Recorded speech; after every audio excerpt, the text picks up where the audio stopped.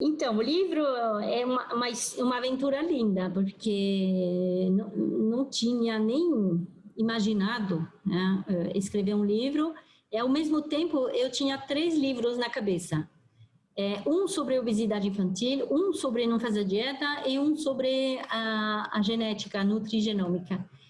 E, na verdade, eu fui convidada para dar uma palestra TEDx, que é uma palestra que foi em 2013, está no YouTube, para quem quiser assistir, que eu chamei já O Peso das Dietas.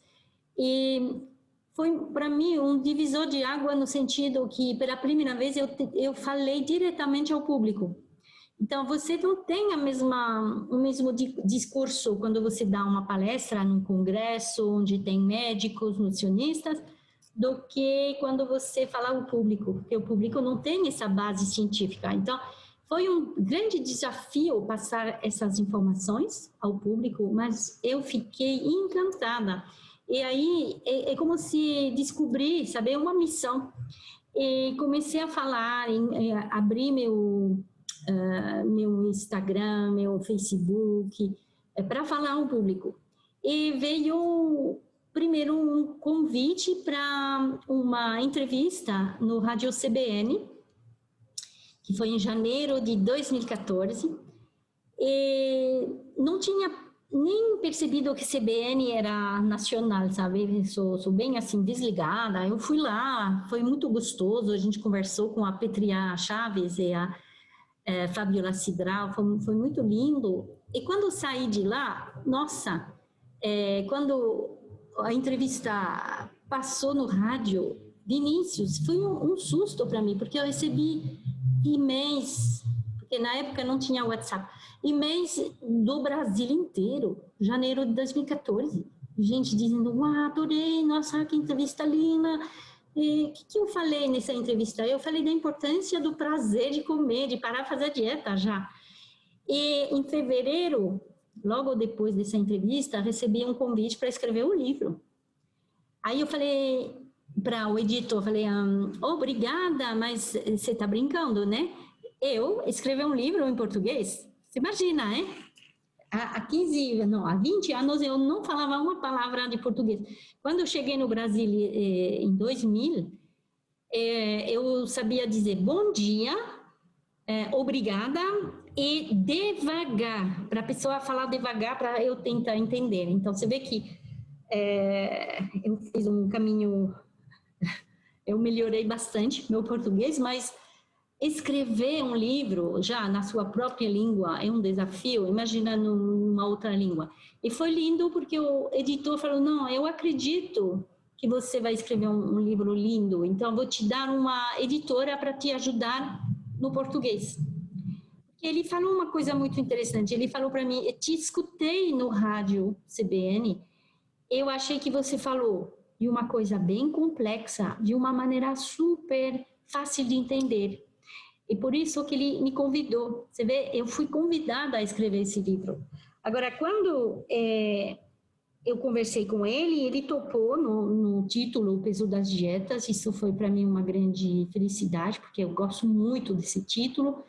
Só que quando apresentei o livro, as primeiras páginas, ele ficou até um pouquinho decepcionado no começo. Ele falou, mas você não vai fazer um livro científico sobre dieta? Eu falei, não, eu quero falar ao público.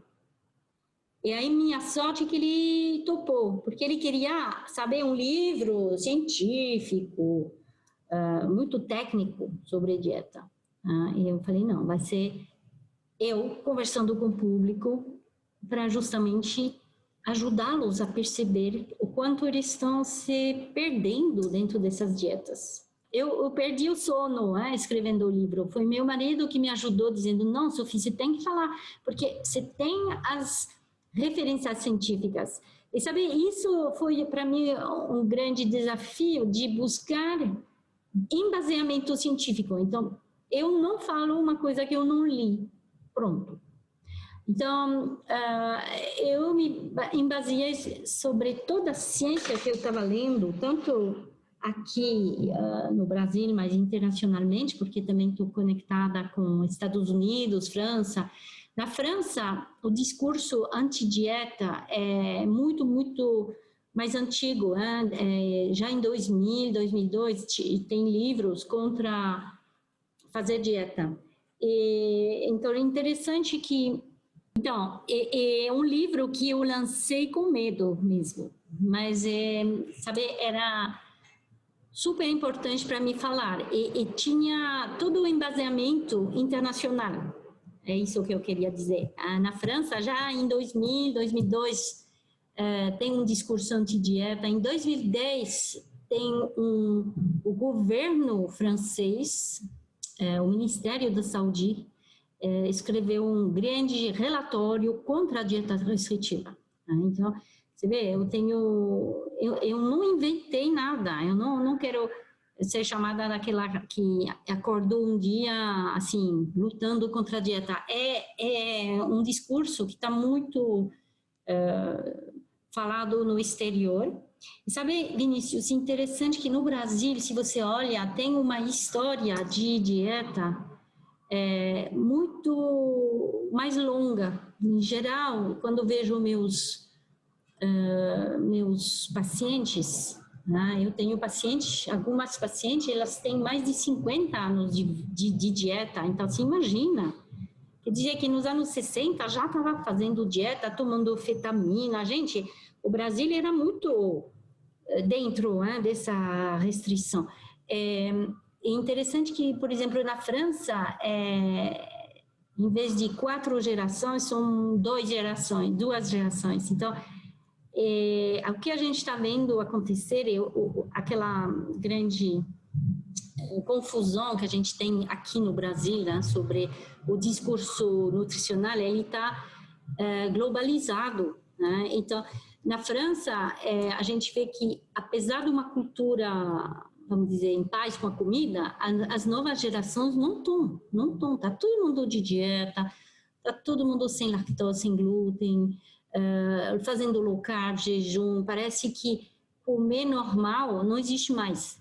Ou seja, o que nossos avós faziam era meio besteira, quando, na realidade, o que a ciência mostra hoje é que a gente deveria voltar a ter uma relação mais tranquila com a comida, né?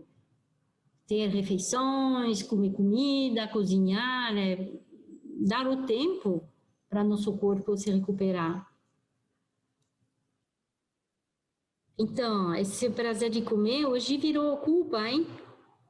Parece que a gente tem que escolher ou alimentos saudáveis, que não são tão prazerosos, ou alimentos prazerosos que não são tão saudáveis.